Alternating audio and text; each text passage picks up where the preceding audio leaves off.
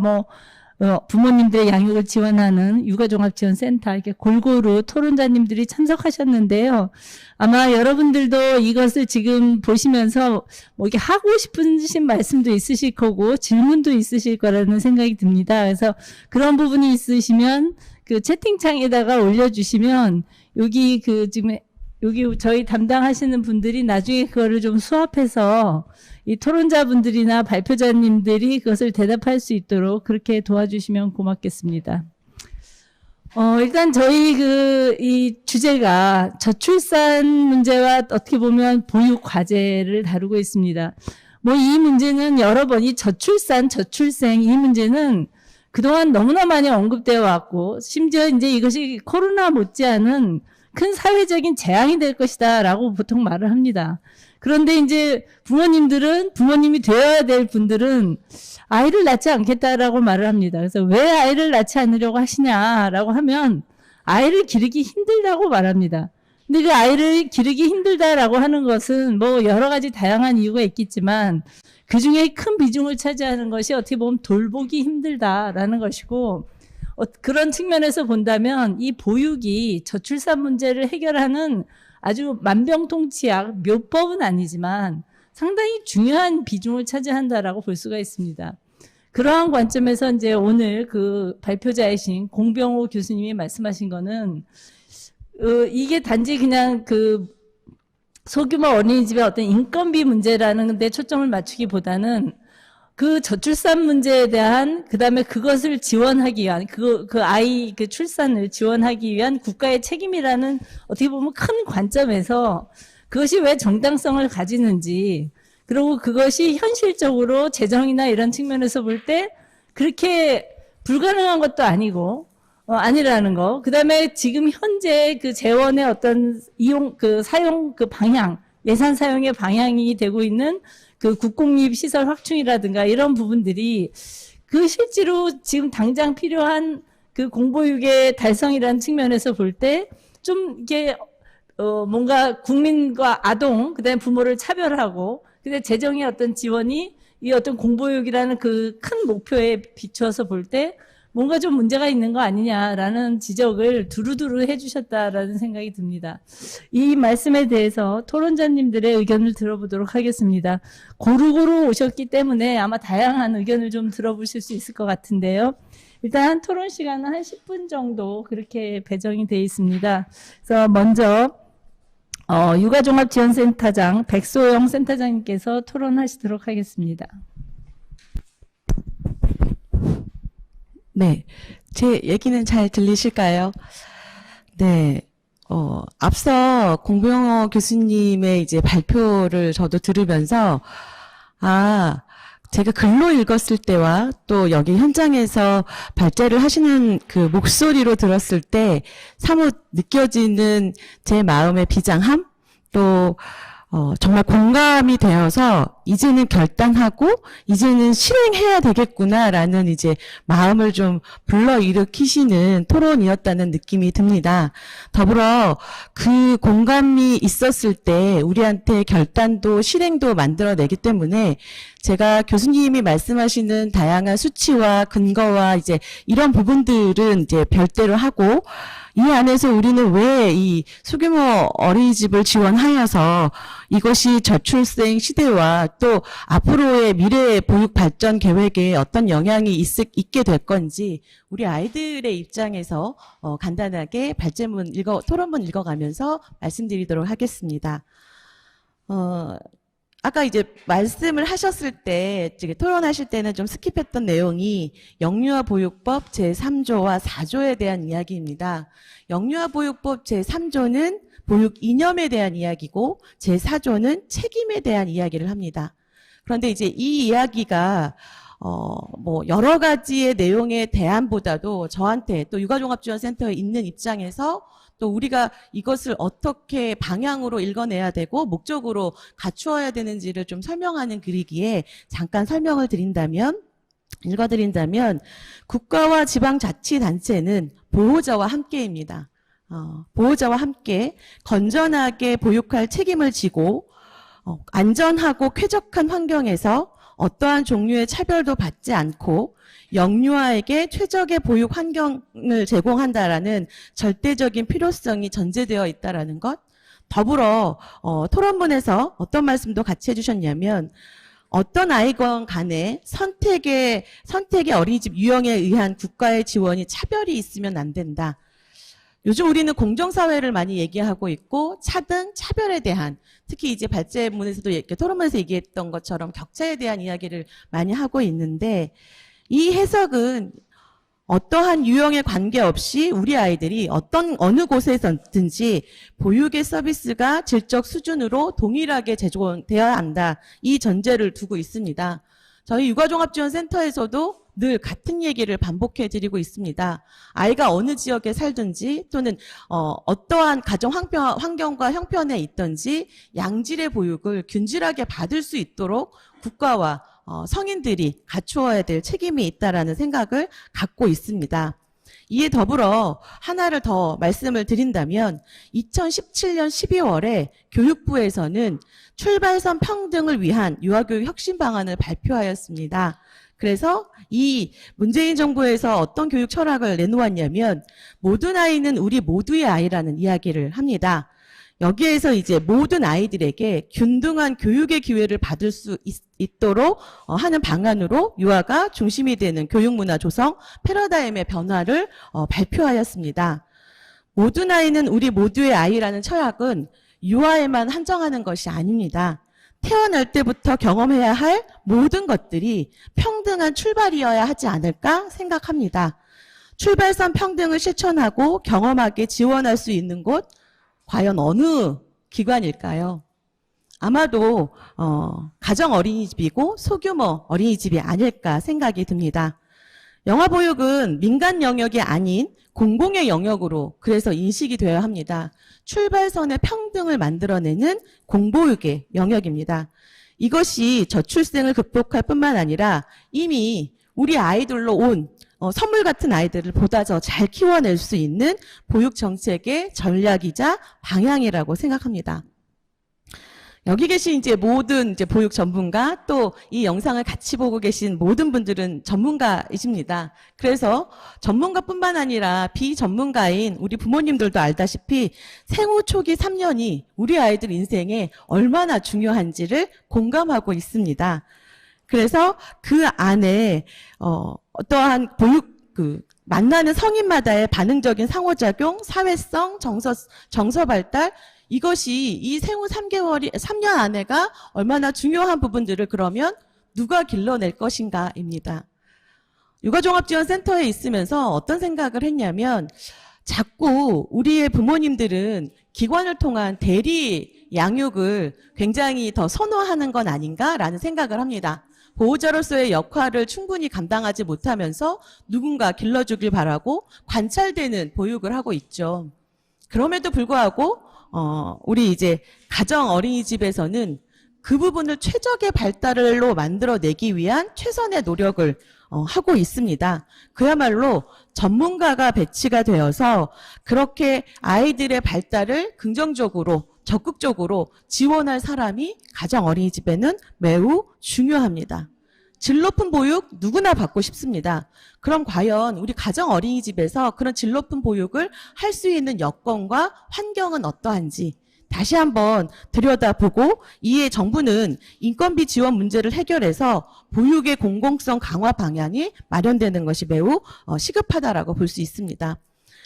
여러분들이 지금 쉬는 시간에 잠깐 보셨던 영상을 저도 보면서 가정 어린이집이 법적으로 어떻게 구조화되어 있고 구성되어 있는지를 보았습니다. 영아보육을 보육교사가 담당하는 20인 이하의 소규모 어린이집, 이 기관이 우리 아이들이 다니는 첫 번째 기관입니다. 아이들을 보셨고 또는 키우는 부모님들이라면 아실 겁니다. 이 어린이집에 다니는 우리 아이들은 다른 어떤 연령보다 낯선 환경에 대한 적응에 대해서 많은 지원과 배려가 필요합니다. 잠깐이라도 눈을 뗄 수가 없습니다. 지속적으로 바라보고 지속적으로 눈맞춤하며 그 아이들이 갖고 있는 정서적인 표현, 마음의 표현을 눈빛으로 읽어내고 표정으로 읽어내고 태도로 읽어내야 되는 것이 바로 가정 어린이집입니다. 그런 가정 어린이집에서 정서적인 함양이 충분히 된 아이가 그 다음에 이제 교육의 질적 수준으로 넘어갈 수 있는 다음 단계가 된다는 것이 앞에 이제 토론하신 공병호 교수님의 말씀이었을 거라고 생각합니다. 영아 시기는 각 가정에서 보호자인 부모에게 적절한 지원을 받으면서 성장하는 것이 가장 좋은 양육이라고 생각하는 부분도 분명히 있습니다. 그러나 요즘 현실은 어떠한가요? 일자리가 충분치 않고 주거가 불안정하고 그리고 부모 되는 분들이 절대 이제 과거와 같은 부모로서 감내해야 하는 부분들을 희생이라고 생각하시는 부분도 있습니다. 이러한 각 가정의 상황과 일가정의 양립 등의 사회적인 변화는 가정에서만 양육될 수 없는 우리의 아이들이 가정 어린이집에서 전문적인 보육을 받아야 하는 이유일 수 있습니다. 아시다시피 가정 어린이집은 우리 아이들이 자라는 환경과 매우 비슷합니다. 그래서 매우 불안한 낯설음을 빨리 해소할 수 있고 또 그 가정과 가까이 있기 때문에 어떻게 보면 부모와 같은 보호자와 긴밀하게 소통할 수 있고 그 가정의 맥락에서 우리가 보육을 지원할 수 있어서 안정적인 보육이 이루어질 수 있는 그런 곳이기도 합니다. 그래서 아마도 부모님들은 더 가정 어린이집을 선호할 수 있습니다. 공간이 작아서라기보다 우리 아이들에게 보다 최적의 환경이라고 생각하기 때문에 환경은 최적인데 그 안에 가장 중요한 보육 환경이라고 불리우는 우리 선생님이 최적으로 보육하기에는 매우 적절하지 않은 환경이라는 걸 그걸 이제 보호자분들이 충분히 인식하고 계시지 못하다는 생각이 듭니다. 가정 어린이집은 영아로서 이제 부모로 또 처음 접하는 아주 중요한 기관입니다. 우리 선생님들, 특히 보육교사는 가정 어린이집에 다니는 보육교사에 대해서 물어보면 사회적 인식에 있어서 매우 낮은 수준으로 접근하고 있습니다. 누구나 생애 초기의 경험이 가족됨이 매우 중요하다라고 말하면서 그 막중한 업무를 하고 있는 보육교사에게 던져지는 시선은 어떻게 보면 전문가의 시선이라고 보여지지는 않습니다. 그것이 이제 돌봄의 가치라고 볼 수가 있겠죠. 하지만 누구나 육아를 해보면, 양육을 해보면 그런 말씀들을 하세요. 둘째는 못 낳겠다. 하나로 만족해야 되겠다라고 얘기를 합니다. 보육이라는 건, 양육이라는 게 매우 어렵다는 걸 실행해보는 분들마다 공감하고 있고 그 공감했을 때 우리 선생님들이 얼마나 수고로움을 갖고 있는지를 또한 같이 공감해 주십니다. 그래서 독박육아, 황혼육아, 아빠육아, 아이를 키운다는 것이 매우 어려운 일임을 보여주는 그런 말로서 3, 4년부터 전부터 유행처럼 번지고 있죠.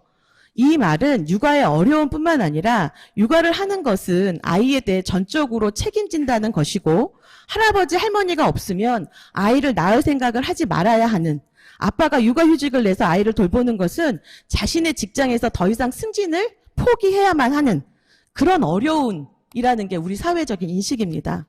누구나 경험해보면 매우 힘들고 어려워서 누군가의 도움 없이는 할 수 없는 육아의 시작, 이것을 우리 가정 어린이집에서 감당하고 계십니다.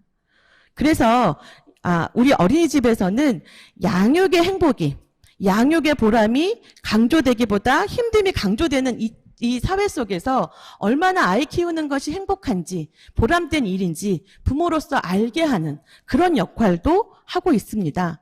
그랬을 때 우리 부모들은 둘째를 생각해보고 더 많은 가족을 생각해볼 수 있는 기회를 갖게 되는 부분들이 바로 여기에 있습니다. 더불어 저는 좀 더 색다른 접근을 하나 해보려고 합니다. 아동학대에 대한 이야기를 하려 합니다. 어린이집과 가정양육을 곁에서 지켜보고 있는 육아종합지원센터의 입장에서 봤을 때 아동학대의 10건은 10건 중 8건은 친부모나 친인척에 의해서 발생이 됩니다. 어린이집에서 아동학대가 발생되지 않는다고 말씀드리는 게 아닙니다. 더 많은 아동학대가 가정에서 일어나고 심지어 친부모에 의해서 일어나고 있습니다. 영아 6기에 대해서 아마 인터넷에서 쳐보시면 최근 들어 아주 수십 건의 사건들이 일어나고 있습니다. 이때 아동학대가 일어나는 원인을 살펴보면 대부분 이제 부모님들이 얘기하는 것이 양육 태도, 방법을 몰라서 양육에 대한 스트레스, 고립감 등이 높아서 이런 것들이 주요 이유입니다.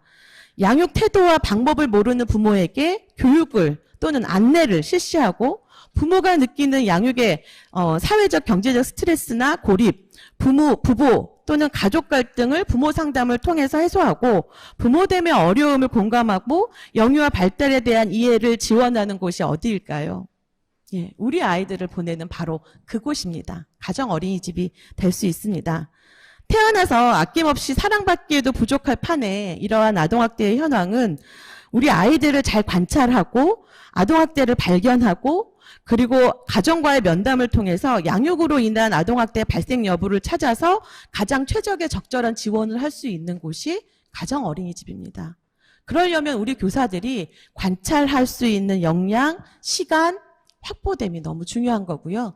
그렇게 아이들을 적절하게 지원할 수 있는 그런 이제 선생님의, 양질의 선생님이 가정 어린이집에 배치가 돼야 됩니다. 어떤 게 필요할까요? 양질의 일자리라고 생각하는 사회적 분위기에서는 양질의 근로 조건이 있을 때 선행될 수 있습니다. 그 부분은 어린이집 각자에서 만들어내기는 매우 어려운 환경이라고 보여집니다. 그래서 이렇게 우리는 가정 어린이집을 돕는다는 것이 그 한 가정을 살리는 일이 될 것이고 그 가정의 부모가 양육의 역량, 양육의 효능감을 갖게 됩니다. 양육의 역량과 효능감을 갖고 계신 분들은 아이 키우기가 더 이상 힘듦과 어려움의 역경이라기보다 행복함을 찾을 수 있는 기회를 갖게 됩니다. 그랬을 때 앞서 말씀드린 것처럼 또 다른 아이, 한 명의 아이, 두 명의 아이, 더 많은 가족을 이루는 초기화의 과정들이 생길 수 있다라고 생각이 듭니다. 영아를 보육하는 기관에서 보면 유아반보다 영아반에 보다 높은 고경력자를 배치합니다. 왜 그럴까요? 국가에서 지원뿐만 아니라 생애 초기에 우리 아이들한테 제공해야 될 보육의 양과 질적인 수준은 매우 높기 때문에 그렇습니다. 인건비 지원이 가능한 곳에서는 양적으로 또는 질적으로 우수한 이제 보육교사가 현장에 간다면 우리 가정 어린이집에서는 그것을 애써 기관장님들이 부탁을 해야 합니다. 최선을 다해달라고. 근로조건이 부족한 환경에서 최선을 다해달라고 하는 부탁조차도 매우 미안한 상황이 현장에서 발생되는 일들이 있습니다. 이런 말이 적절할지는 모르겠습니다만 동일 노동에 대한 동일 처우가 왜 우리 현장에서는 불가할까요? 국가가 책임지는 공보육의 방향은 바로 이러한 방향이어야 한다고 생각을 합니다. 가끔 여러분도 자주 들어보시는 이야기가 있을 겁니다. 한 아이를 키우기 위해서는 온 마을이 필요하다. 이제 우리는 온 마을을 만들어야 합니다. 온 마을은 저절로 이루어지지 않습니다. 서로 만나고 이어지고 엮어지는 그런 네트워킹의 시작을 바로 가정 어린이집에서 할 수 있고 그 시작의 한 첫걸음이 우리 보육교직원에 의해서 이루어질 수 있습니다. 이러한 점에 비추어 본다면 국가는 온 국민의 행복한 출발을 위해서 어디에 어떤 사회적 비용을 투자할 것인가 고민할 때 인생의 평등한 출발점이 되도록 저출생 시대에 나라의 미래를 책임져갈 영유아가 단 한 명이라도 낙오되지 않도록 우리 아이들의 잠재력, 창의력, 인성을 개발하는 중요한 국가 과제로 바로 이 과제를 선택해야 된다고 봅니다. 그랬을 때 우리 자녀들이 가정을 잘 보듬어주고 이끌어줄 그 가정 어린이집에서 보다 더 잘 성장하고 우리 가정이 행복하게 될 거라고 믿어 의심치 않습니다. 감사합니다. 이상으로 토론 마칩니다. 네, 고맙습니다. 사실은 이 아동기의 그 경험, 아까 말씀하신 뭐 학대를 비롯해서 아동기의 경험이 성인이 돼서 평생 동안 미치는 아주 영향에 대해서 사실 선진국에서는 이미 많이 실증적인 연구를 많이 하고 있습니다. 그래서 그런 측면에서 본다면 지금 이제 그 백소영 소장님께서, 센터장님께서 말씀하신 것처럼 그 생애 최초에 접하게 되는 그 소규모, 어떻게 영아로서 접하게 되는 소규모 어린이집의 그 의미가 굉장히 참 중요한 것이다. 그렇기 때문에 그것에 대한 어떤 기본적인 그 평등한 지원 이런 것들이 무엇보다 필요하지 않겠는가라는 것들을 좀 강조하신 말씀이었다고 생각이 듭니다. 그 다음으로는 어떻게 보면 이제 이런 그 문제 제기에 대해서 어떤 정책을 그 정부가 갖고 있는가라는 걸 서울시 차원에서 아마 고민을 많이 하셨을 거라는 생각이 드는데 강희은 과장님의 말씀을 듣도록 하겠습니다. 안녕하십니까. 잘 들리죠? 예, 서울시 보육담당관 강희은 과장입니다.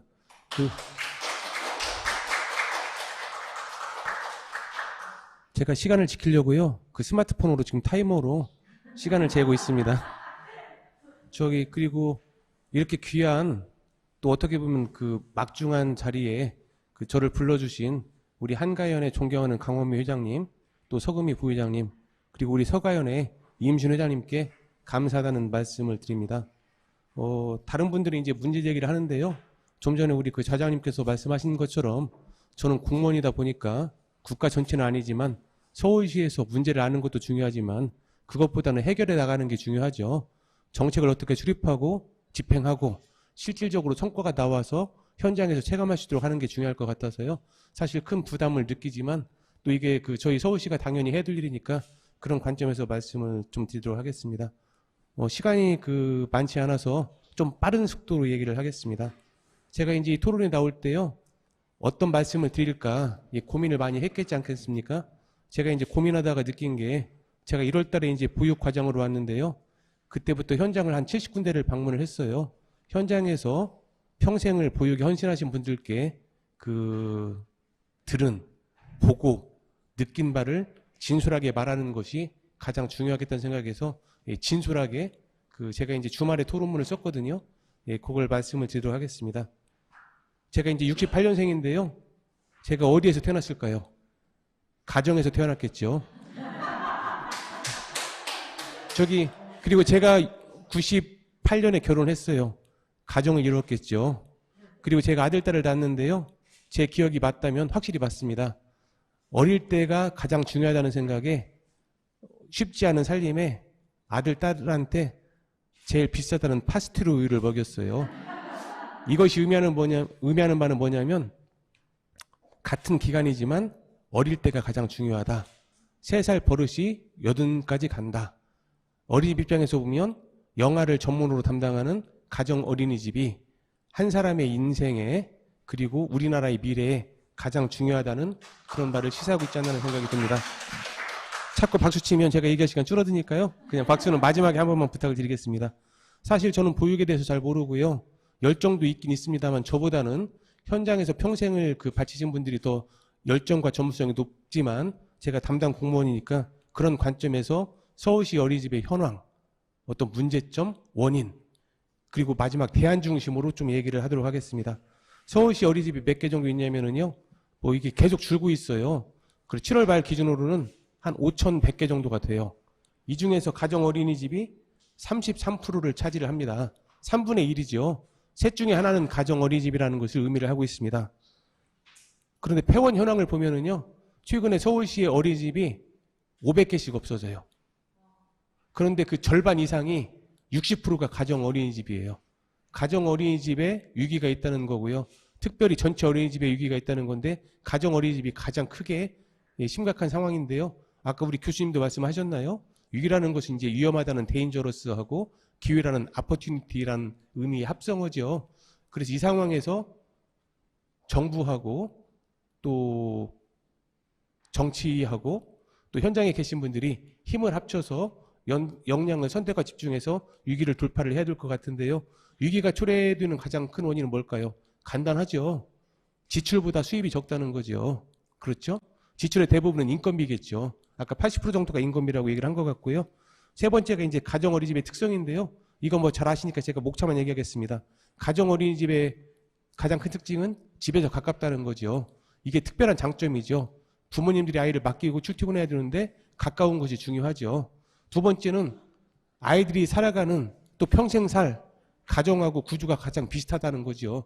적응하기가 쉽다는 것을 얘기를 하겠습니다.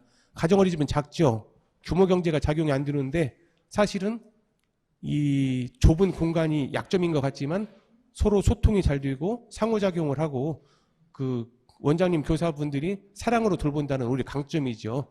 약한 것이 강하다, 작은 것이 힘이 세다 이런 의미를 말하는 것 같습니다. 그 다음에 이제 위기에 대한 원인 분석을 해볼 텐데요. 뭐 원인 분석을 제가 한번 생각을 해봤는데요.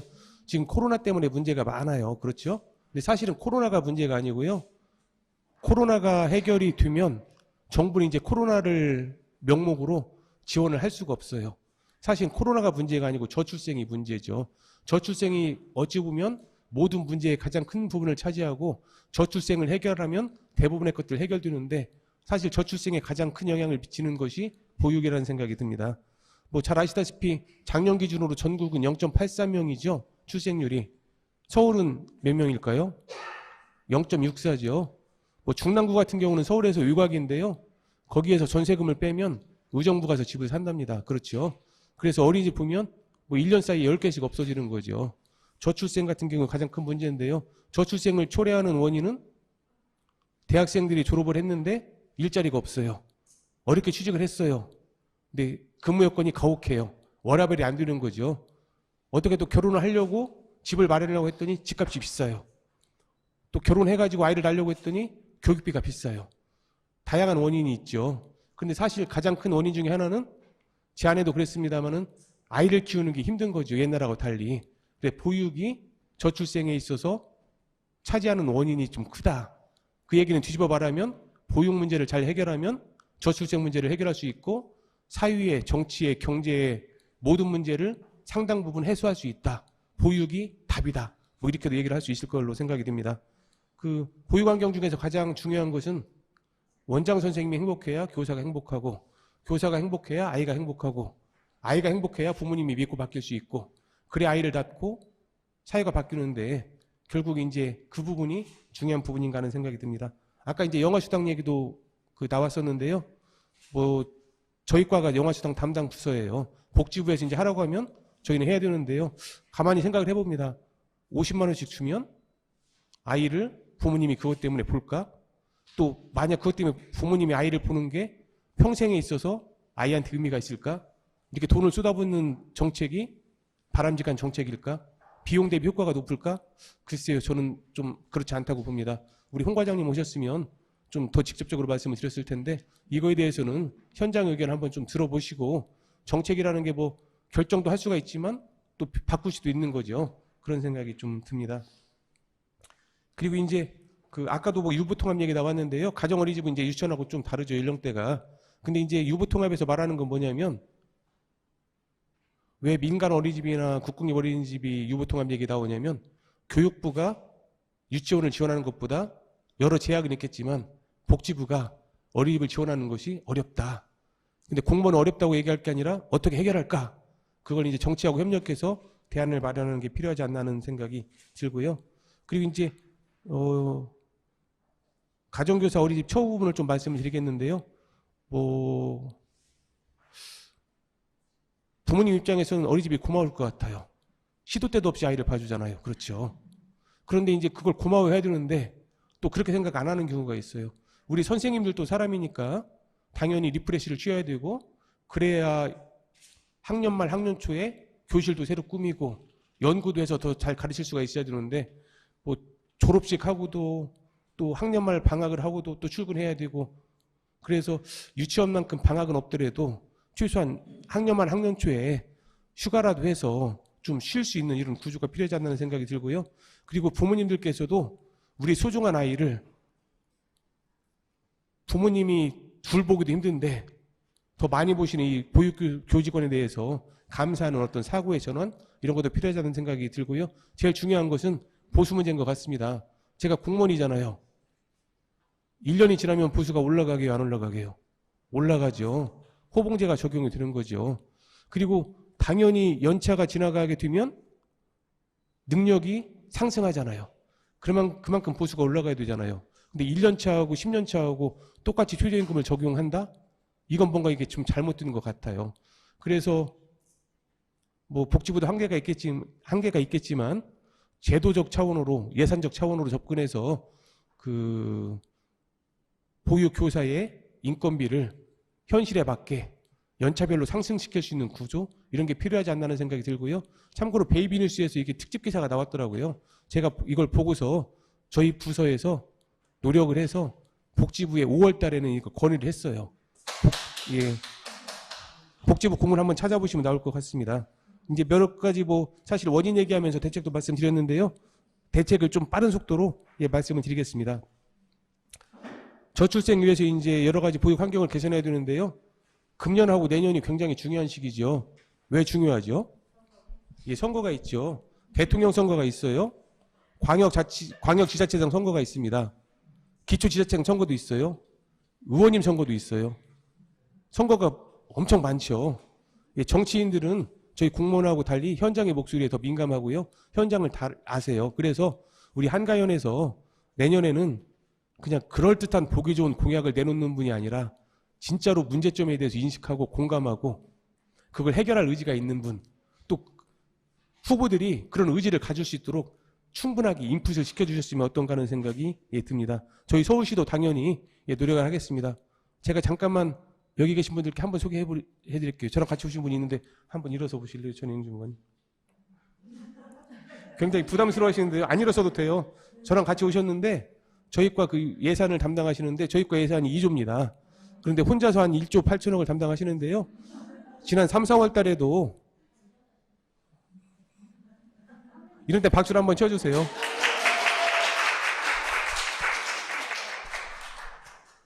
지난 3, 4월 달에도 그 현장이 어렵다고 그 영화반 반당 운영비를 그 지급을 했거든요. 네, 저분이 담당을 하셨고요. 7, 8월 달에도 했는데요. 그 담당을 하셨어요. 내년에도 영화반 반당 운영비를 저희 힘 닿는 만큼 올려보려고 이 노력을 하고 있습니다. 예. 근데 사실 예산에는 한계가 있어요. 공무원이 하시는 영역에는 한계가 있기 때문에 그 우리 한가연에서 서가연에서 다양한 방면으로 노력을 해주셨으면 좋겠다는 생각이 듭니다. 그리고 사실 부모님들의 보육 그 부담을 들어주려고 저희가 여러 가지를 하고 있어요. 국공립에는 대기자가 많이 넘치는 경우도 있죠. 근데 가정이나 국공립이나 별 차이가 없는데 또 가정에 비어있는 경우가 있어요. 이걸 그 오세훈 시장님께서 공유 어린이집이라는 이름으로 대기자는 줄이고 그 비어있는 정원은 채우자는 걸로 사업을 하고 있는데 서울시 사례를 참고하셔서 한가연이 좀 협력하셔서 전국으로 확산하면 가정 어린이집에도 도움이 되겠다는 생각이 듭니다. 그리고 이제 이렇게 그 정부의 지원 받는 것도 중요한데요. 사실은 가정 어린이집 차원에서 역량 제고도 할 필요가 있다고 봐요. 자체 경쟁력을 높여서 현장에서 부모님들이 가정 어린이집이 국공립 못지않다 이런 인식을 가질 수 있도록 필요한 것은 하시고 그런 것들 정확히 부모님한테 인풋을 시켜드리는 게 좋을 것 같습니다. 저희가 어찌됐든 간에 내년도 예산에서 가장 우선순위 두고 있는 것 중에 하나가 보육교사 처우 개선하는 겁니다. 최소한 서울시에서는 가정하고 민간에 계신 분이라고 하더라도 국공립 고호봉은 안 되지만 최저임금이 아니라 1호봉 정도 국공립 1호봉 정도 받을 수 있도록 하고 이걸 연차적으로 높여가는 게 저희 목표인데요. 제가 보육과정 근무하면서 꼭 이루고 싶은 꿈인데 여러분들께 도와주시면 안 도와주시더라도 제가 최선을 다하도록 하겠습니다. 예. 그리고 이제 그 저희가 보육 단체하고 협력하고 소통하는 것도 강조를 하고 있거든요. 현장의 목소리를 알아야 저희가 해결할 수가 있거든요. 특별히 우리 이음신 회장님이 저희한테 너무 감동을 주셔서 우리 서가연은 저희가 사무실을 서울시 산하기관 쪽에 아주 저렴한 임차료로 좋은 곳으로 이렇게 해드렸는데요. 복지부에서도 보육단체 지원하는 거에 좀 여러 가지 신경을 써주셨으면 좋겠다는 말씀을 드리고 저희 서울시도 더 노력을 하겠습니다. 앞으로 저희 서울시가 지금까지는 국공립을 많이 늘리는 데 주력을 했는데요. 저출생 시대를 보면 앞으로 잘못하면 지방에서 대학교가 문을 닫는 것처럼 서울시 어린이집에 아이들이 비어있을 수도 있을 것 같아서 무리한 국공립 확장 대신에 지금 있는 어린이집을 내실 있게 양보다는 질, 이 중심으로 하려고 하고 있고요. 여기 그 토론자료 보시면 서울시 보육정책 추진 방향 중에 다양한 것들이 나와 있는데 이것은 한가연에서 참고를 하시고요. 저희 서울시가 이걸 통해서 어린이집을 최대한 지원하도록 하겠습니다. 그 마지막으로요. 여러 말씀이 나왔는데 제 얘기가 단지 말로 끝나지 않고 실행이 될 수 있도록 그 저희 서울시 보육 담당 부서에서 노력을 하겠고요. 아까 말씀드린 것처럼 아까 우리 교수님도 말씀하셨는데 언론에도 나왔죠. 돈을 엄청 쏟아부었는데 저출생은 해결되기는커녕 다 악화됐더라. 돈 주는 것은 효과가 없더라. 효과가 있는 게 보육이더라. 이런 기사가 나오지 않았습니까? 그래서 보육이 여러 가지 사회 문제를 만들고 있는데 이걸 해결하기 위해서 저희가 최선을 다하겠고요. 보육이 저출생 해결에 있어서 일과제다. 최우선의 과제다. 이것이 정치인들이나 사회에 인식이 되면 예산이라든지 제도가 전향적으로 대폭 개선될 것으로 생각되고 서울시가 할 역할을 하도록 하겠고요. 보육 현장에서 희망하는 것들, 바람직한 것들은 저희 서울시가 함께 더불어서 하도록 하겠고요. 말이 아니라 실행되도록 노력을 하겠습니다. 이상입니다.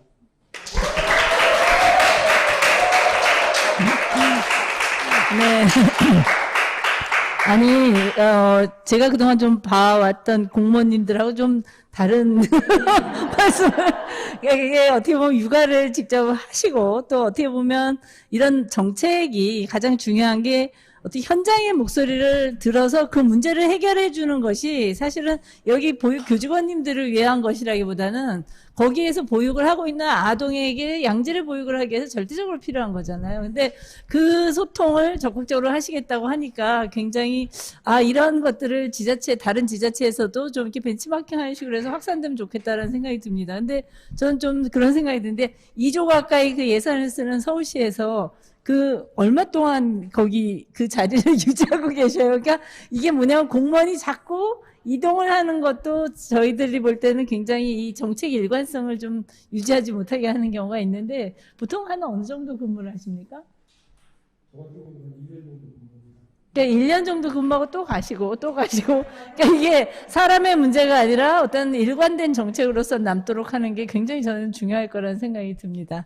자, 다음에는 현장의 목소리를 들어보도록 하겠습니다. 그래서 원장 선생님하고 교사 선생님 말씀을 들어볼 건데 일단 양경화 원장님 토론하시겠습니다. 네, 반갑습니다. 아이조아 창의 어린이집 원장 양경아입니다. 먼저 공병호 교수님의 그 현장의 목소리를 잘 반영하고 또 잘 분석한 그 발제 자료에 정말 많은 공감을 하였습니다. 그리고 그 교수님의 이 발제 자료를 근거로 해서 어린이집을 운영하는 운영자인 원장의 관점에서 여러 가지 의견을 논하고자 합니다. 자, 통계청 6월 인구 동향에 따르면 2021년 상반기 출생아가 13만 6,917명으로 역대 최저를 기록했고 2분기 출생아도 6만 6,398명으로 역대 최저, 아울러 2분기 합산 출산율이 0.82명으로 세계 최하위 수준으로 발표하였습니다. 자, 30년 후에는 대구, 부산 등 13개 광역시도가 인구가 17년 대비 500만 명이나 감소한다라는 전망이 나왔습니다. 자, 이에 정부가 지난달 31일에 저출산 극복을 위한 2022년 예산안을 발표했습니다. 주요 내용으로 출산 시 초기 아동용품 구입비 200만 원 지급, 또 아동수당 지급 대상을 7세에서 8세까지 확대, 친가족 5대 패키지, 영아수당 도입 매월 30만 원 지급, 기타 임신 관련해서 의료비 지원, 이런 것 등이 주요 내용이었습니다. 자, 특히 보육 분야에서 그 저출생에 대한 보육 정책 방향 중에 하나가 국공립 어린이집 이용률 확대를 통한 보육의 공공성 강화입니다. 이를 위해서 매년 국공립 어린이집을 확대하고 있고요. 내년에도 550개소를 목표로 하고 있습니다. 하지만 어린이집 재원 아동 모두를 국공립 어린이집 이용을 통한 보육의 공공성을 강화하지 못하는 것이 현실입니다. 그러면 현실적인 방안을 보면 국공립 어린이집 외에 민간 영역인 가정, 민간 이런 어린이집에서 담당하는 아동에게도 국공립 어린이집의 수준의 보육 환경 조성을 위한 정부의 대책이 필요할 것입니다. 자, 다들 아시다시피 보육은 국가 사업이며 국가가 전적으로 책임을 져야 하는 사업입니다. 하지만 지금까지 민간 영역에서 국가의 책임을 대신하여 보육의 공공성 확보를 위해 사명감을 가지고 아이들을 양육하고 있습니다. 정부에서 국공립 어린이집을 확대 운영하더라도 민간 영역에서의 역할은 반드시 필요한 사항으로 정부에서는 민간 영역에서의 보육 서비스가 질적으로 저하되지 않도록 반드시 노력을 해야 할 것입니다. 자, 토론회 책자 38페이지에 발제자료 표 2를 보시면 어린이집 수와 아동수 현황이 있습니다. 전체 어린이집 124만 4,396명 중에 민간 어린이집 46.5%, 가정 어린이집 18.5%를 합치면 민간과 가정 어린이집이 전체의 65%의 보육을 책임지고 있습니다. 그리고 소규모 어린이집의 주 재원 대상인 영아의 설립 주체별 재원 아동 현황을 그 표 1을 보시면 연령별 영아 보육 현황에서 그 어린이집을 이용하는 영아 70만 890명 중에서 민간 어린이집에서 39.8%인 27만 9,285명, 가정 어린이집에서 32.7%인 22만 8,955명을 담당하고 있어서 민간 영역에서의 전체 영아의 72.5%를 담당하고 있다라는 것을 본다면 보육의 공공성 강화를 위해서 국공립 확충 외에도 인건비 미지원의 소규모 어린이집에 대한 인건비 지원 등의 대책이 절실히 필요한 것입니다. 자, 가정 어린이집의 경우 발제에서도 언급했다시피 모든 운영비를 아동의 보육료를 통해서 운영되고 있습니다. 표준 보육료에 미치지 못하는 보육료 산정과 출생아 감소에 따른 이용 아동의 감소 등은 이러한 요인으로 소규모 어린이집의 운영은 갈수록 어려워지고 있고요. 한국가정어린이집연합회의 정책 자료를 참고한 소규모 가정어린이집의 운영의 현실적인 회계구조를 살펴본다면 어린이집을 운영하는 원장의 입장에서 왜 인건비 지원이 필요하고 어떠한 어려움이 있는지에 대한 의견을 잘 어필하고자 합니다. 토론의 책자 67페이지에서 68페이지까지 그 표 2에 보시면 가정어린이집의 회계구조가 나와 있습니다. 표 2에 기본보육료 대 인건비 지원 시 월별 세입세출 현황을 살펴보면 가정어린이집 전체 정원을 최대 20명을 다 채운다는 가정하에도 매월 적자인 마이너스 27만 8,340원이 발생합니다. 이 적자를 원장의 급여, 이 기준에는 230만 원을 책정했습니다. 여기에서 그 제외를 하고 한다면 원장은 매월 200만 원에 겨우 미치는 급여를 받고 있는 것이 현 실정입니다. 이마저도 최대 정원이 모두 채워졌다라는 가정하입니다. 현재 소규모 어린이집의 정원 충족률은 저출생 그리고 국공립 확충과 더불어 국공립의 영아반 위주로 구성이 되므로 가정어린이집의 낮은 정원 충족률과 직결되어서 원장의 급여를 보전받지도 못하고 운영하는 어린이집들이 점점 늘어나고 있습니다. 이는 가정어린이집의 폐원 비율을 보면 알 수 있습니다. 자, 다음은 교사겸직 원장 제도에 대해서 논해보고자 합니다. 최근 어린이집의 건강, 위생, 안전관리에 대한 중요성이 강조되고 있습니다.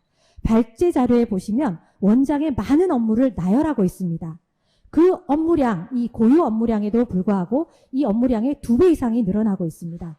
매주 아동학대 예방을 위한 CCTV 모니터링, 각반 교실 불시 순회, 학대 예방을 위한 교육 실시, 코로나19로 인한 감염병 예방 절차에 대한 책임, 이런 것들을 비롯해서 안전관리, 안전교육관리, 건강관리, 미세먼지 관리, CCTV 관리, 이 많은 관리 등의 책임자 수행 업무를 하고 있는 것이 실정입니다. 가정어린이집의 원장의 경우 그 위에서 살펴본 회계구조에서 설명하듯이 보육교사를 겸직하지 않으면 급여 보전이 되지 않으므로 원장 고유의 많은 업무량에 보육교사 겸직까지 하고 있는 상황으로 많은 어려움을 겪고 있습니다. 표 3에 어린이집 필수 의무 교육 현황을 살펴보면요.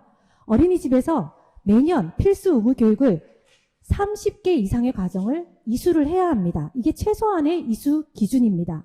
이것보다도 더 많은 평가 인증이나 열린 어린이집을 할 경우에는 더 많은 교육을 이수해야 되고요. 이 보육하는 시간 외에도 각종 서류 업무 수행 및 교육 이수를 위해서 별도의 시간 확보도 어려운 실정입니다. 보조교사, 연장반 교사, 대체교사도 충분히 배치되지 않았습니다. 모든 보육교직원의 원활한 휴게시간 확보가 부족하고요.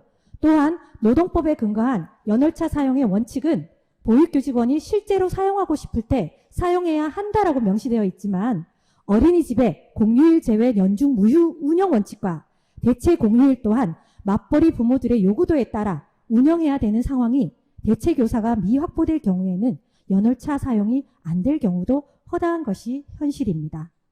그러므로 마지막으로 소규모 어린이집 공공성 확보를 위한 5가지 제언을 말씀드리도록 하겠습니다. 첫째, 기관 운영비를 인건비 지원으로 변경해서 보육의 공공성 강화를 다양화하여야 합니다. 전체 운영비 70% 이상이 고정비용인 인건비로 지출되고 있는 현실에서 가정어린이집의 질 높은 보육 서비스의 제공에는 한계가 있으므로 인건비를 지원하여 안정적인 보육 환경 조성을 바랍니다. 정부가 인건비 3,014억 원을 지원을 시작을 한다면 소규모 어린이집을 이용하는 영아에게 차별받지 않은 동일한 보육 환경을 제공할 수 있을 것입니다. 둘째, 원장의 교사 겸직을 폐지하고 원장의 인건비 지원을 요청합니다. 소규모 어린이집 운영의 어려움을 고려한 제한적인 조치인 원장의 보육교사 겸직에 대해 지침 변경을 통해서 교사 겸직을 폐지하고 인건비를 지원하여 원장의 고유 업무인 효율적인 어린이집 관리와 더불어 지역과 아동의 특성에 맞는 자율적인 보육 활동 등 원장의 리더십이 충분히 발휘될 수 있는 영아 안심 보육 환경을 마련하길 바랍니다. 셋째, 보육교직원의 휴게시간, 연월차 보장. 그런 아동의 안전한 보육 수행을 위해 제한적인 조건을 두지 않고 모든 어린이집에 보조교사와 연장교사를 지원하여야 하고 노동법에 맞추어 그 연월차를 사용할 수 있도록 대체교사의 원활한 수급이 되어야 합니다. 넷째, 표준보육료 법제화로 보육료 산정에 표준보육 비용이 적용되어야 합니다. 표준보육 비용 연구가 3년에서 5년마다 실시되지만 연구 결과가 보육료 산정에 반영되고 있지 않은 것이 현 실정입니다. 이에 보육료 법제화를 추진하여 물가상승률이나 규모의 경제를 고려해서 현실적인 보육료가 적용될 수 있도록 현장에 반영해 주시기를 바랍니다. 다섯째, 보육교직원의 인권 보호를 위한 제도적인 장치를 마련했으면 합니다. 아동 학대 예방이 우선시 되어야 하는 것은 당연하지만 보육교직원의 최소한의 인권을 보장하여 억울한 보육교직원이 발생하지 않고 부모의 개인 감정과 허위 고발로 인해 원의 운영에 피해가 가지 않는 사례가 생기지 않도록 적절히 중재할 수 있는 제도적 장치를 필요합니다. 이상으로 소규모 어린이집 공공성 확보를 위한 제언을 마치고 내년부터 시행 예정인 영아 영일생 수당 도입 매월 30만 원 지급에 대한 실효성에 대한 의문을 제기하고 싶습니다. 2012년부터 본격적으로 지원되어 온 양육수당이 현재까지 지급되고 있고 이를 영아수당으로 변경해서 내년부터 만 0일세 아동에 대해 매월 30만 원 지원을 앞두고 있습니다. 하지만 지금까지 양육수당 지원이 저출산 극복에 대한 효과에 대해 생각해 볼 때 그 효과는 미미하다고 생각되며 변경된 영아수당 역시 어린이집 미이용 아동에 대한 지급이라면 이러한 지원 조건이 양육수당과 차이가 없으므로 크게 효과가 없을 거라고 생각이 됩니다. 오히려 이는 영아수당의 인상으로 가정 어린이집의 존폐에 위협이 되는 것은 아닌지 의문이 듭니다. 마지막으로 코로나19로 인해 힘든 여건에도 불구하고 모든 보육교직원들의 보육의 일선에서 열과 성의를 다해 주심에 진심으로 감사의 말씀을 전하며 마치도록 하겠습니다. 감사합니다. 네, 고맙습니다. 아까 그 발표자님께서 그 실상에 대해서 현장의 모습을 좀 많이 말씀해 주셨는데, 현장의 목소리로 또 직접 그것을 듣다 보니까 더 이제 그 문제가 굉장히 심각하다는 생각이 많이 듭니다. 그러니까 보수도 그렇고 우리가 최소한의 동일노동 동일임금의 원칙조차 근로기준법조차 그 적용이 되고 있지 못하는 거 아니냐. 그러니까 일도 이중으로 하게 하고 임금은 형편없이 작게 하고, 이게 지금 말씀을 드리면서 살짝 떠올랐던 게 뭐냐면 그 제가 독일에 몇 년 전에 갔을 때 독일에서는 행정 업무도 일이잖아요. 그러니까 행정 업무를 근무 시간 내 포함을 시켜주더라고요. 한 서너 시간을 별도로. 그래서 그 사람은 그 시간대는 행정 업무만 한다든지, 비용 같은 경우 보면 일본 같은 경우 보면 소규모하고 대규모가 있을 때 대규모는 단가가 좀 낮아지잖아요. 다수가 이용하다 보니. 그래서 계산을 일일이 거기는 아직도 수기로 하는데 그 규모별로 아동 수의 규모에 따라서 계산을 다 해서 그 실질적인 운영비를 지원하는 방식이거든요. 그러니까 기본적인 실비를 제공해 줘야지 생존을 하지, 동일한 인건비를 지원해도 사실은 이게 문제라고 저는 생각하거든요. 이게 운영비까지 포함을 하면. 그래서 우리가 너무 좀 탁상공론을 하고 있는 게 아닌가라는 생각이 좀 들어서 더욱 안타까웠습니다. 일단 그 다음에는 우리 선생님의 목소리를 한번 들어보도록 하겠습니다. 안녕하세요. 저는 예쁜 마음 어린이집의 교사 김수영입니다. 앞서서 이제 전문가분들께서 많은 데이터와 수치를 통해서 이제 의견을 발표해 주셨는데, 저는 그냥 현장에 있는 사람으로서 저의 그냥 느끼는 것들에 대해서 함께 마음을 나누려고 나왔습니다. 저는 한 아이의 엄마이면서 현재 가정 어린이집에서 5년째 근무 중인 교사입니다. 처음에는 단순히 아이들을 너무 좋아해서 이 일을 시작했지만 지금은 많은 책임감과 함께 보람을 느끼며 교사의 일을 감당하고 있습니다. 이번 저출생 시대 보육의 선결과제 모색을 위한 정책 토론회에 교사 패널로 참석을 요청받았을 때는 조금 주저하기도 하고 망설여지는 마음도 있었지만 저의 작은 외침으로 인해 소규모 어린이집에 다니는 영아뿐 아니라 보육 교직원들의 행복할 권리를 찾기 위해 이 자리에 참석하게 되었습니다. 제가 근무하는 소규모 어린이집은 영아들이 가정과 유사한 보육 환경에서 보육을 받음으로 인해 다른 유형의 어린이집보다 안정적이며 특별히 낯가림을 많이 하는 영아에게는 환경적으로 편안함을 느낄 수 있고 영아들이 개별적인 관심을 받을 기회가 많은 장점이 있습니다. 또한 가정과의 근접성이 있는 장점 때문에 어린 영아를 두고 맞벌이를 하는 가정에서는 선호하는 유형으로 영아 보육에 있어서는 가장 적합한 곳이라고 생각합니다. 그러나 소규모 어린이집에서 근무하는 보육교사들은 여러 가지 업무를 동시에 병행해야 하는 경우가 많고 또 신체 발달이 미성숙한 영아들이 안전하고 즐겁게 생활하기 위해서는 보육의 기본 과정인 표준 보육 과정의 준비뿐 아니라 기본적인 생활을 돕기 위해서 여러 가지를 준비해야 하는 교사들의 몸은 언제나 쉴 시간이 없습니다. 우는 아이를 달래고 배고픈 아이를 먹이고 또 하루 종일 아기들 안고 앉았다 일어났다를 반복하며 생활하다 보니 무릎, 허리, 손목 등 또 안 아픈 곳이 없을 정도로 출근과 동시에 멈추지 않고 달리는 하루를 보내고 있는 것이 저희 교사들입니다. 소규모 어린이집에서 일하는 그 보육교사의 현장에 대해서는 제가 더 많은 말씀을 드리지 않아도 현재 현장에 계시고 또 계셨던 분들이라면 모두 아시고 공감하시리라 생각됩니다. 또한 최근 몇 년 동안 저는 동료 교사로 함께했던 선생님들이 다양한 스트레스로 인해 자궁 및 갑상선 치료를 받으며 힘겨운 시간을 보내는 모습을 볼 때면 남의 일 같지 않고 안타까움에 속상하기도 하고 또 저의 건강 또한 염려가 되는 또 시간이기도 하였습니다.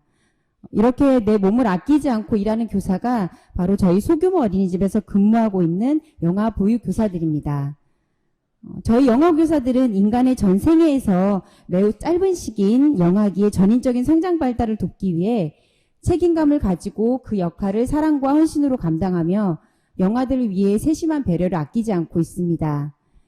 그런 영아들이 입소하면서 2월 졸업의 시기까지 또 하루가 다르게 변화무쌍하게 성장하고 발달하는 것을 지켜보는 것이 저희 교사로서 느끼는 가장 큰 보람이기도 합니다. 그러나 언제까지 저희 보육교사들은 일에 대한 보람만을 가지고 보육 현장을 지켜야 하는 것일까요?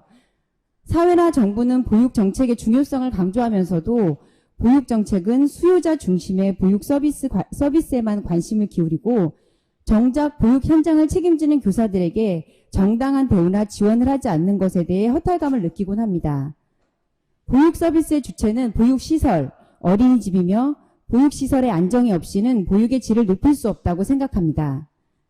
그래서 저는 저출생 시대의 보육의 질적 향상을 위해 또한 안정적인 보육 환경 마련을 위해 소규모 어린이집의 인건비 지원은 반드시 필요하다고 생각합니다. 첫 번째, 소규모 어린이집의 보육교직원은 지원시설 어린이집의 교사들과 결코 다른 자격을 가지고 있지 않습니다. 같은 조건의 자격을 가지고 있으면서도 보육기관의 유형에 따라 지원시설 어린이집의 교사들은 인건비의 80%를 지원받고 소규모 어린이집에 영아를 담당하고 있는 교사들은 인건비를 지원받지 않아 고용의 불안감을 갖고 근무하고 있는 지금의 현실이 매우 안타까울 뿐입니다. 소규모 어린이집의 반정원 미달은 보육교사의 주요 사직의 원인으로 고용 불안을 가져옵니다. 정원 미충족으로 인해 보육교사의 인건비를 확보할 수 없게 되어 결국 자신의 의지와는 무관하게 사직해야 하는 경우가 빈번하게 발생되는 것이 소규모 어린이집의 현실입니다. 정원 부족으로 인한 보육교사의 사직은 영아의 심리적 안정감, 안정적인 애착관계 형성, 양육자인 보육교사의 일관성 등 영아의 기본적인 요구에 대한 존중과 신뢰를 무너뜨리는 부정적인 결과를 낳기도 합니다. 이에 저출생 시대의 보육의 질적 향상을 위해서는 영아의 인원에 따른 보육료 지원이 아닌 반별 인건비 지원이 반드시 필요하다고 생각합니다. 두 번째로 인건비는 보육 서비스 질에 많은 영향을 미치는 것이 현실입니다. 보육교사의 낮은 임금과 경력에 상응하지 않는 임금 체계가 보육교사들의 근로 의욕을 저하시키고 경력자를 내쫓는 결과를 초래하고 있는 현실을 바라보면서 현재 시행되고 있는 국공립 어린이집을 비롯한 지원시설 어린이집만 인건비 지급 기준에 의한 호봉표를 따르도록 하는 정책을 개선하여 가정 어린이집과 소규모 어린이집을 포함한 모든 어린이집도 임금 기준을 동일하게 책정하고 학력, 경력을 반영한 임금이 책정되어 기본 인건비가 보전이 될 수 있는 정부의 전폭적인 인건비 지원이 필요하다고 생각합니다. 끝으로 저는 우리 보육교사가 한 아이의 인생의 첫 교사로서 큰 영향을 미친다고 믿습니다. 그리고 보육교사가 미래의 주역인 영아를 올바르게 보육할 때 우리나라가 또 좋은 사회가 된다고 믿습니다.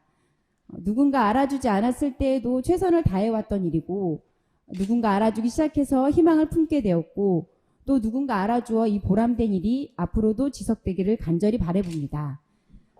동일 가치 노동이 반드시 인정되는 나라, 시설 유형별 동일한 처우 환경이 보장되는 나라가 실현된다면 영아 보육교사들의 삶은 반드시 가치로워질 것이며 영아 보육교사로서의 긍지와 자부심으로 더욱 최선을 다하게 될 것입니다. 보육교사가 교사로서의 가치를 존중받아 안심하고 영아만을 위해 사명감을 갖고 최선을 다하는 날이 오기를 기대하며 이상으로 소규모 어린이집 보육교사의 인건비 지원을 위한 발언을 모두 마치겠습니다. 감사합니다. 네, 고맙습니다. 저희가 보통 이제 아동에 대한 아동 발달에 맞춘 보육을 되게 중요하게 생각하잖아요. 그래서 아이들은 뭐 햇볕 한 끗도 되게 중요하다 이렇게 얘기를 하는데 지금 제가 이 선생님 말씀을 들어보니까 어떤 생각이 드냐면 아동이 참 한 끗이 아니라 굉장히 자라기 때문에 아이들이 점점 자랄수록 아이를 하나 안거나 들거나 하는 그 노동의 무게감도 굉장히 달라지겠구나.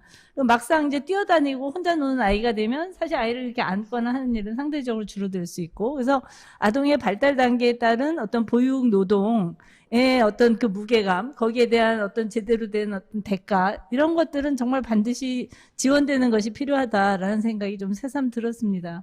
왜 우리가 사람을 셀 때는 0.5인, 0.7인이 없잖아요.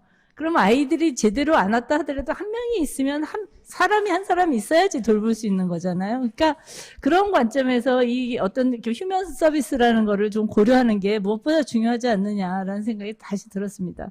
이제 사실은 오늘 같은 날은 여기 복지부에서 꼭 나오셔야 되는데 그래서 정말 어떻게 보면 가장 그 여러분들에게 그 필요한 어떤 말씀을 좀 해주실 수 있는 분이 아닐까 싶은데 보건복지부 홍승영 과장님이 일단 화상으로 의견을 주신다고 하니까 우리가 그것을 들어보도록 하겠습니다.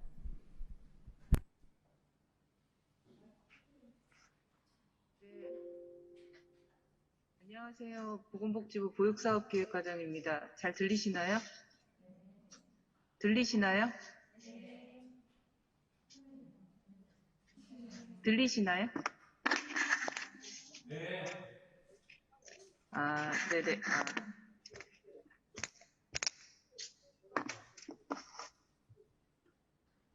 네, 소리 잘 들립니다. 네네네.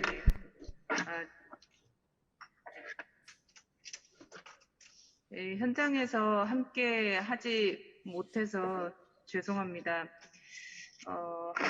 오늘 또 이렇게 앞에서 많은 분들이 이제 말씀하시는 거를 듣고 작년 토론회에 참석했던 게 또 기억이 나면서 그동안 제가 또 복지부에서 어떤 일들을 했었는가를 다시 한번 되돌아보고 우리가 또 무엇을 더 열심히 해야 되는지 좀 생각하는 계기가 됐습니다. 오늘 토론회에 참석을 해서 좀 정책 제안과 다양한 현장의 목소리를 들을 수 있는 기회를 주셔서 다시 한번 감사드리고요. 잠시만요. 볼륨을 좀 키웠으면 좋겠다는 채팅이 와서 그런데 혹시 잘 들리시나요? 네, 여기는 잘 들립니다. 네네. 예. 그리고 이제 올해는 코로나가 이제 계속 확산되는 상황에서 아이들이 줄어드는 것도 줄어드는 거지만 참 여러 가지 해야 되는 노력들이 더 많아지는 상황이라서 그간 많이 노력해 주셨던 원장님 또 보육교 직원들의 노력에 또 감사를 많이 드립니다. 오늘 사실은 큰 주제 발제는 소규모 어린이집의 교사 인건비 지원과 관련된 내용이었는데, 사실 오늘 저희에게 주시는 내용은 아마 적정 지원, 그러니까 어린이집이 아이들을 잘 보육할 수 있도록 적정한 수준의 지원이 필요하고, 그 적정 수준의 지원은 또 적정한 방식으로 이루어져야 된다는 부분에서 아마 많은 제안들을 해주시고 현장에 있는 얘기들을 해주신 것 같습니다. 앞에서도 많이들 말씀해 주신 것처럼 가정 어린이집이라고 하면 우리가 집에서 가까운 곳, 특히 이제 아파트에 사시는 분이면 같은 아파트에 있는 1층, 아파트 관리동, 이제 이런 장소적인 접근성을 많이 생각을 하시고요. 실제로 이 장소적인 접근성이 어린 아이들이 시기에는 매우 중요한 자원이라고 생각을 합니다. 또 우리 가정 어린이집은 이런 영아 중심이다 보니까 전반적으로 아동의 현원 규모가 작을 수밖에 없고, 또 최근 또 출생아동 감소가 좀 급격히 이루어지는 상황에서 그 충격을 가장 크게 받을 수밖에 없는 상황이라고 생각을 합니다. 그래서 앞으로 지금 보육정책과 관련해서 앞에서 여러분께서 말씀해 주신 것처럼 이제는 양적 확충이나 이런 것보다는 질에 초점을 맞추고 정책을 추진해야 한다는 의견에 공감을 하고요. 특히 영유아에 대한 투자가 국가의 어느 투자보다도 중요시 되어야 될 필요성에 깊이 공감을 하고 있습니다. 특히 보육 서비스의 질이라는 것이 바로 보육교사가 제공하는 서비스고, 이런 보육교사의 안정적인 고용과 또 질적 향상을 위한 지원 체계 마련도 해야 된다는 상황에 대해서는 같이 인식을 하고 있습니다. 다만 앞에서 현장에서 인지하시고 있는 부분들, 또 이제 서울시에서 또 먼저 또 이제 고민하시고 또 앞서 나가주시는 것들만큼 저희가 보편적으로 또 지금 체계를 마련하지 못한 부분에 대해서는 죄송하게 생각을 하면서 저희가 앞에서 말씀드린 것처럼 적정 지원 수준과 방식을 찾아 나가고 있는 저희의 노력에 대해서 조금 말씀을 드리고, 이 가운데 함께 참여해 주시고 의견을 주셔서 저희가 좀 더 합리적인 방안들을 모색할 수 있도록 도와주시면 좋겠습니다.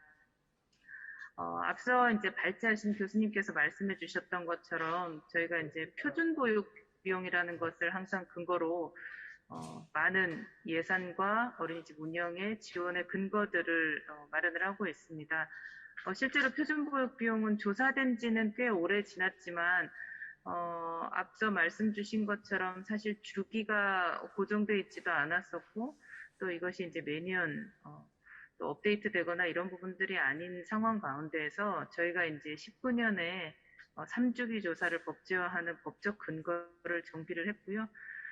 다만 이제 표준보육 비용과 관련해서는 여전히 현장과 생각하는 사람들마다 이제 바라보는 쪽에서 다 다르게 생각들을 하고 있습니다.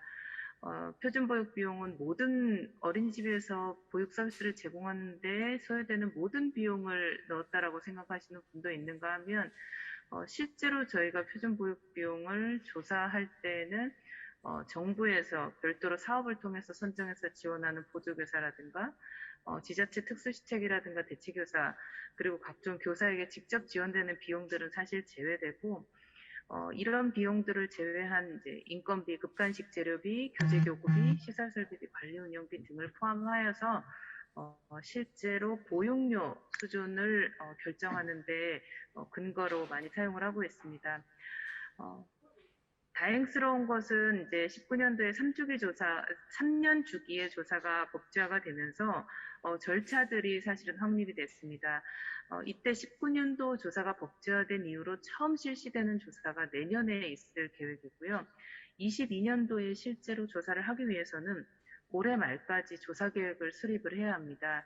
그리고 내년에는 조사가 이루어지고 내년에 중앙보육정책위원회 심의를 거쳐서 결정한 다음에 3월 말까지 공포를 하게 됩니다. 지금까지는 표준보육 비용과 관련돼서는 항상 연구용역 형태로 이루어졌기 때문에 연구 결과에서 수많은 안들이 나오고, 그 중에서 표준적으로 한 개의 안을 뽑아서 50인 규모의 어떤 어린이집을 모형을 설정하여 이제 그에 따른 각 반별 비용을 발표를 해왔었습니다. 저희가 지금 현재 표준보육 비용을 이제 내년에 계측을 하기 위해서 올해 조사계획을 수립해야 된다고 아까 말씀드렸잖아요. 그 조사계획을 수립을 하기 위해서 사실 모형 연구를 추진 중입니다. 지금 현재 저희가 표준보육 비용 모형 연구를 하면서 고민하는 거는 바로 오늘 말씀해 주셨던 것처럼 실제로 규모나 유형에 따라서 표준보육 비용이 어떻게 달라질 수 있는지, 그리고 인건비와 같은 반에서 꼭 나가야 되는 고정비용과 아이의 수에 따라 변동되는 좀 가벼운 비용들을 구분해서 실제로 비용을 어떻게 산정할 수 있는지를 이번 모형에서는 좀 고민을 해보고 있습니다. 그래서 이 내용이 좀 만들어지면 저희가 그 어린이집들의 유형과 규모별로 좀 의견들을 수렴을 해서 실제로 조사 계획들을 수립을 할 거고요. 그에 따라서 조사된 내용들을 내년에 이제 실제 조사를 하게 되면 좀 현장의 실제 운영 현황이나 실제 비용의 지출 현황 등을 좀 고려한 표비 모형을 좀 만들 수 있지 않을까 그렇게 기대를 하고 있습니다. 사실은 표준보육 비용을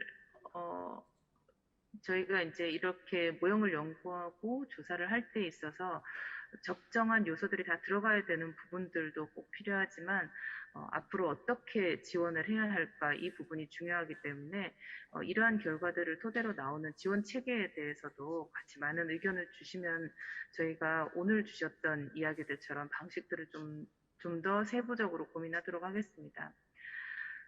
저희가 하고 있는 노력과 관련돼서 또 하나를 이제 사실은 말씀을 드리면, 앞에서도 이제 영아수당이나 이런 부분들을 말씀을 해주셨지만, 영아수당과 관련돼서 말씀을 좀 드리자면, 현장에서 보기에는 단순히 이제 가정양육수당의 이제 인상으로 보실 수도 있지만, 단계적으로는, 영아기에 조금 더 이제 집중적으로 돌봄을 받을 수 있는 지원을 하기 위해서 이제 도입을 저희가 추진을 하고 있는 거고, 이 가운데에서 가정에서 좀 이제 부모라든지 꼭 부모가 아니더라도 이제 이웃이라든지 그리고 이제 친인척 등을 통해서 집중적으로 이제 돌봄을 받는다고 하더라도 어떻게 아이를 양육해야 되는지 모르는 것에 대한 도움을 받기 위해서는 당연히 시간제 보육과 같은 단기적인 돌봄 서비스들이 제공되는 부분들이 분명히 필요하고요. 그래서 이제 사실은 올 하반기에 가정어린이집의 어떤 규모와 좀 특성을 고려한 시간제 보육 확대 시범 사업을 좀 추진을 이제 시작을 했습니다. 그래서 올 하반기 시간제 보육 사업 기간은 가정어린이집을 중심으로 선정을 했고요. 이 과정 가운데에서 실제로 코로나로 인한 좀 어려움도 있지만, 가정어린이집이 아까 말씀드렸던 가장 가까운 곳, 그리고 좀 이제 더 아이들이 쉽게 좀 접근할 수 있는 이런 인프라들의 특성을 좀 고려해서 시간제 보육 등을 통해서 더 많은 아이들이 짧은 시간이라도 또 이제 또 어려서부터 그 어려운 돌보는 양육자의 그 부담도 경감을 하지만 실제로 아이들의 어떤 이런 돌볼 수 있는 이런 인프라들을 활용할 수 있는 부분들이 필요하다고 생각을 합니다. 사실 이제 시간제 보육과 관련된 부분들은 특히 영아수당이나 뭐 코로나가 아니었다 하더라도 실제 저출생으로 인한 어린이집 인프라 감소가 계속되고 있습니다. 앞에서 여러분께서 주셨던 것처럼 특히 그동안에 이제 가정어린이집 폐원이 많았었고요. 이 가정어린이집이 폐원됨에 따라서 실제로 고통을 겪는 부모님들도 계십니다. 왜냐하면 가장 가까운 곳에서 맡길 수 있는 곳들이 사라지면서 근처에 아이들이 없어지면서 출산을 할 수 있는 산부인과가 사라지는 것 때문에 많이 힘들어하는 것처럼 우리 아이들도 사실은 이 가정어린이집 인프라가 사라지는 것들은 실제로 나중에 실제 아이들을 보육할 수 있는 자원들이 사라질 수 있는 부분들이기 때문에 그 중에 일환으로 이제 시간제 보육을 가정어린이집에서 이제 할 수 있는 부분들을 고민을 하고 있고 중장기적으로는 아까 말씀드렸던 것처럼 이제 실질적으로 가정어린이집에서 비용 적정하게 비용을 산정하는 부분, 그리고 아까 많이 말씀 주셨던 뭐 교사겸직원장이나 이런 다양한 제도 개선 과제들을 함께 고민을 하면서 그 부분들과 그리고 이것을 어떤 식으로 지원해 나갈지, 지원 방식, 지금의 현재의 아동당 지원 체계에서 정말 이제 고정적으로 반별 운영 체계나 이런 부분들을 함께 검토해 나가도록 하겠습니다. 앞에서 이제 사실 주셨던 많은 말씀들에 대해서 저희는 앞으로 이렇게 하겠습니다. 지금 이렇게 하고 있습니다. 이렇게 자신 있게 말하지 못하는 부분에 대해서는 좀 죄송스럽지만 저희도 현장에 대한 고민들을 계속 하고 있고 또 부족한 부분에 대해서는 언제든지 의견을 듣고 또 질타를 받고 또 개선할 의지가 있습니다. 계속 소통해 주시면 좋겠고요. 오늘 의견들 잘 들었습니다. 그래서 그 의견들 가지고 또 저희도 치열하게 고민하도록 하겠습니다. 네, 감사합니다.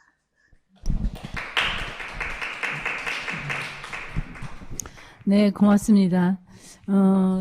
사실 이 보육 분야가 생각할 게 굉장히 많잖아요. 이 보육 역사 한 30년 가까이 되오면서 그동안 끊임없이 쟁점들이 한 번도 이렇게 없었던 해가 없었던 것 같고 굉장히 많은 쟁점이 있고 그래서 지금 복지부에서 지금 말씀하시는 것도 이제 여기서 저희가 요구하는 것과 같은 그런 고민하는 것과 같은 뭐 표준보육 비용을 어떻게 할 거냐 그다음에 그 기준은 어떻게 할 것이며 그거를 지원할 때 어떤 방식으로 할 건지 이제 이런 것들을 고민하게 되실 것 같고 그다음에 어떻게 보면 뭐 무상보육과 같이 이어지는 이 양육수당 그다음에 또 그거와 별개로 있는 아동수당 이런 우리가 그동안 즉자적으로 막 벌려놓은 관련된 정책들이 많으니까 이거를 같이 아울러서 정비를 해나가는 게 굉장히 참 쉽지가 않은 부분이 바로 보육 분야가 아닌가라는 생각이 들어요. 그래서 지금 말씀하신 것처럼 고민도 사실 많으셨을 거다. 그래서 그런 생각도 또 한편 듭니다.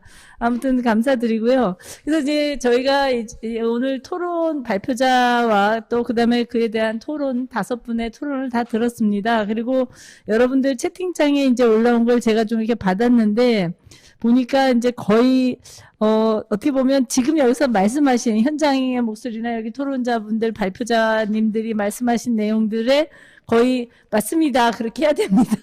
그러니까 거의 그러니까 담임 겸직이가 없애야 됩니다. 인건비 지원해야 됩니다. 아주 그러니까 이게 사실은 가장 기본적인 건데 이게 안 되다 보니 목소리가 사실 여기 몰려 있는 것이지 사실 그 이후에 해야 될 일들은 굉장히 산적해 있는 게 아닌가라는 생각이 하여튼 좀 얘기를 하다 보니 들었습니다. 그래서 오늘 발표하신 이제 제가 볼 때 여기 이제 쭉 뜬 내용들은 뭐 이렇게 질문이라기보다는 정말 이게 시급히 필요하다라는 이런 말씀들이신 것 같아서 우리 발표자님 발표하시는 공병호 교수님이 쭉 토론을 듣고 또 생각하시는 바에 대해서 좀 정리를 해 주시도록 하겠습니다.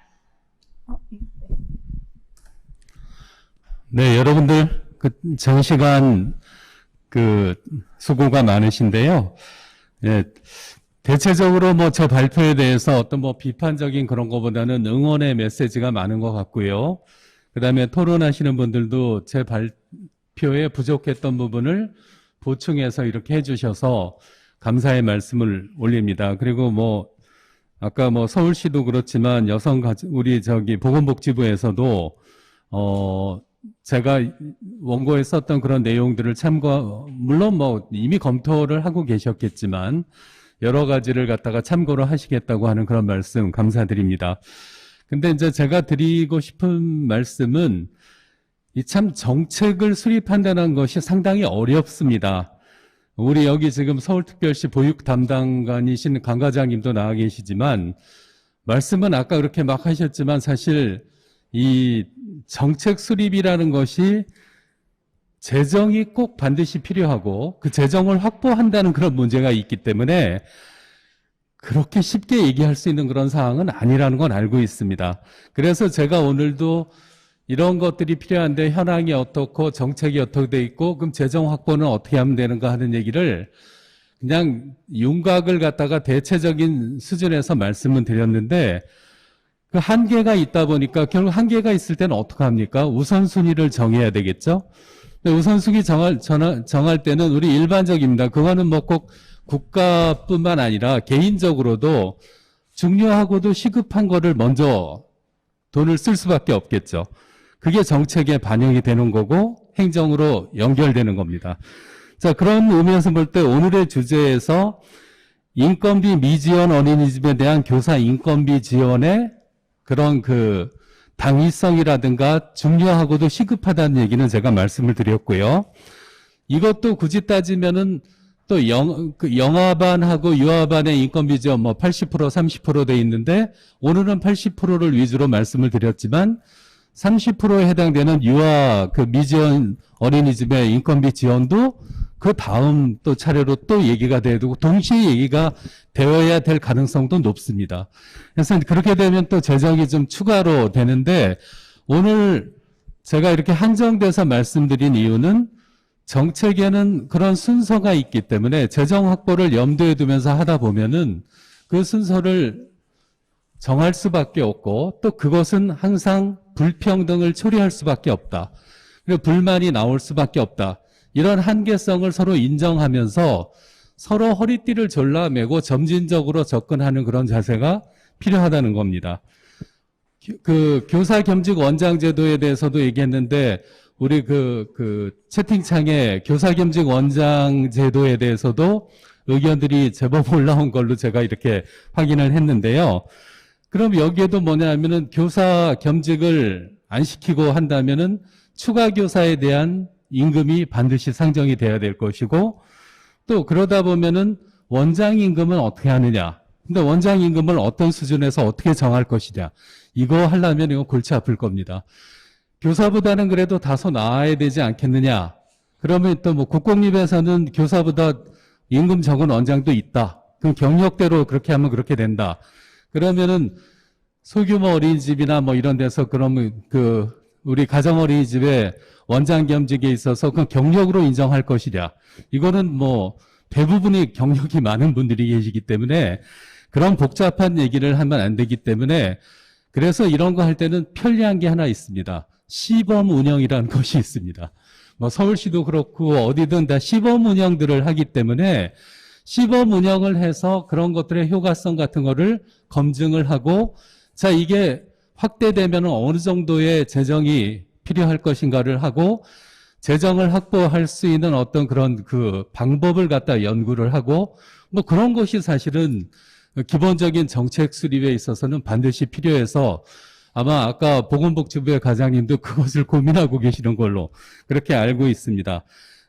역시 재정이라는 것은 한계가 있기 때문에 이런 것들 뭐 사실은 원장 겸직을 갖다 폐지하고 교사 겸직 폐지하고 원장 임금하고 교사 임금을 추가로 다 반영을 한꺼번에 할 수 있다면 뭐 좋은 방법만 있다면은 재정 확보에 그런 것들은 할 수 있겠지만 제가 아까 그 GDP 그러니까 국내 총생산 대비 우리나라가 그 가족복지에 대해서는 예산이 상대적으로 OECD 국가에 비해서 부족하다 이런 그 명분을 갖다 제가 이렇게 발표를 한 이유는 그렇기 때문에 우리가 선진국으로 도약하기 위해서는 근본적으로 재정의 어떤 구조를 갖다가 좀 개선할 여지가 아직은 많다. 이런 것들을 말씀드린 건데 그거는 정책 기반자의 결단도 필요할 것이고 여러 가지 국민들의 어떤 거기에 따른 그 단계별로 시행 단계별로의 불평등을 갖다가 감수하고도 참고 따라줄 수 있는 그런 것들도 필요할 겁니다. 그래서 저희들은 이렇게 발표를 하지만 실제 정책으로 입안이 돼서 행정행위로 그것이 완성될 때까지는 시간도 다소 걸리고 어려움도 많을 것이라는 것을 예상을 하고 그리고 이제 전국에 있는 우리 소규모 어린이집의 원장님들도 그 가운데 내가 조금 힘들 수도 있다는 거는 각오를 해야 될 겁니다. 그런 시범 운영하는데 왜 어디는 하고 우리는 안 하느냐. 그리고 나는 당장 교사를 갖다가 원장 월급을 갖다가 임금을 해주지 않는다면 내가 그냥 교사해서 하는 게 낫다. 이런 데도 있겠죠. 그러면은 한시적으로는 그것을 공존시켜서 가는 수밖에 없을 겁니다. 이런 것들에 대한 그 정책 결정이나 이런 것들에 대해서는 서로의 합의도 필요할 겁니다. 오늘 이 자리가 그런 것들을 갖다가 구체적으로 모색을 하고 서로 양보할 수 있는 그런 어떤 미덕을 같이 생각하는 자리도 됐으면 하는 그런 생각입니다. 고맙습니다.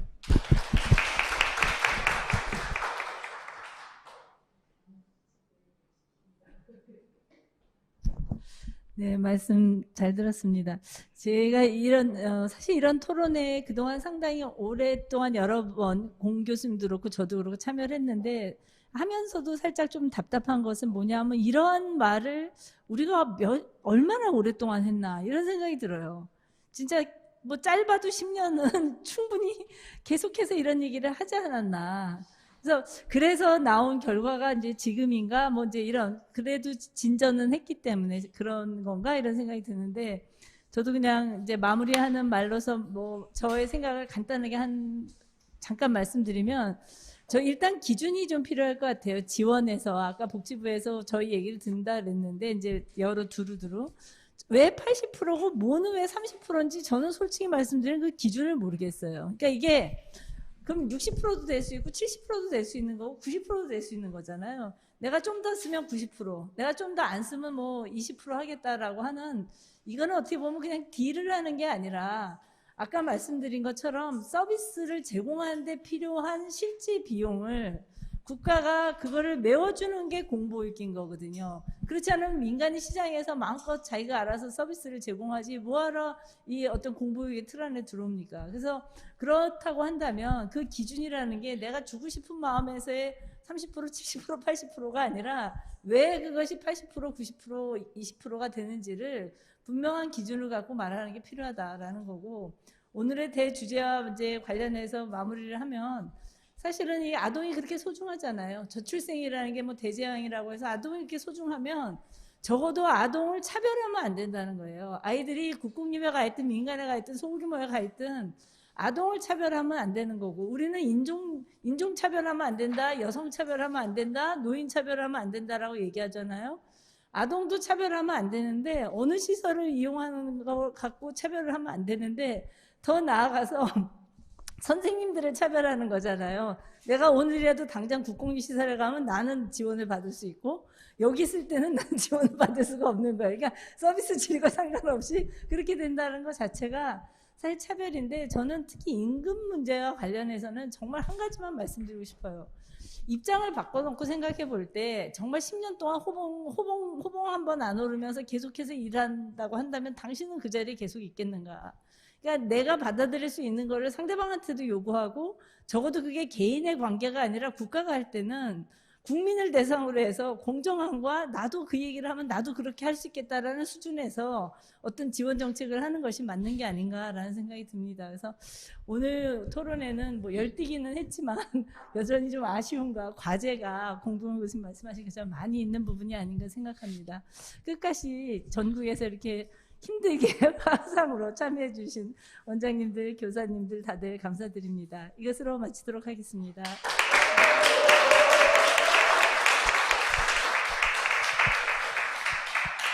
네, 오늘 저출산 시대 보육의 선결과제 모색 첫 번째 소규모 어린이집 인건비 지원에 대한 토론회를 통해 모색된 정책적 제안들이 하루빨리 우리 보육 현장에 적용되기를 소망해 봅니다.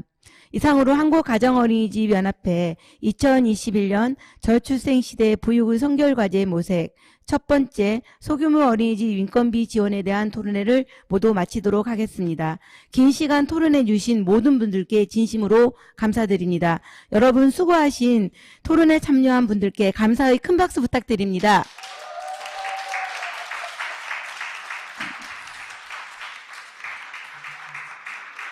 네.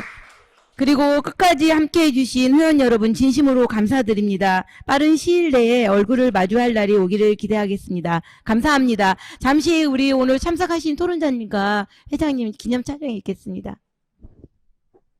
잠시 촬영 준비하는 동안 안내 말씀드리겠습니다. 한국가정어린이집연합회에서는 영아중심, 놀이중심 어린이집 UCC 공모전을 진행하고 있습니다. 9월 14일부터 9월 26일 24시까지 온라인 투표가 진행되고 있으니 많은 관심 부탁드립니다.